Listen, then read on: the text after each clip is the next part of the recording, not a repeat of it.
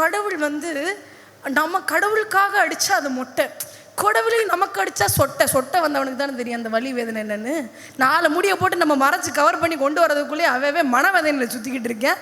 முடியை நட்டு வைக்கவா இல்லை விக்கு வைக்கவான்னு சுற்றிக்கிட்டு இருக்கிறவனுக்கு மத்தியில் உங்களுக்கு அவ்வளோ ஆயாசமாக இருக்குது எங்களை கஷ்டத்தெல்லாம் பார்த்தா.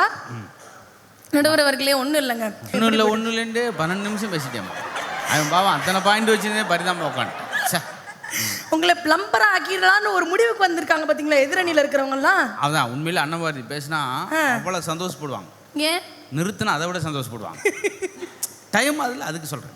இல்லை நடுவர்களே, நாங்கள் பொதுக்கு நான் இருக்கேன் அப்படின்னு சொல்லிட்டு உடம்பை குறைச்சி சிம்ரன் மாதிரி சிக்கன் ஆகணும்டான்னு முடிவெடுத்தேங்க. மனசுக்குள்ளே தான் முடிவெடுத்தேன். மனசுக்குள்ளே முடிவெடுத்தவொடனே எனக்கு ஒரு மெசேஜ், நர்மதா எனக்கு தெரியும் உனக்கு என்ன ரொம்ப பிடிக்கும்னு. நான் கூட எனக்கு ஹார்த்தாடி ப்ரப்போசல் ஒன்று வந்துருச்சு போல் அப்படின்னு நினச்சி ஆனந்தமாக அந்த மெசேஜை பார்த்தேன்.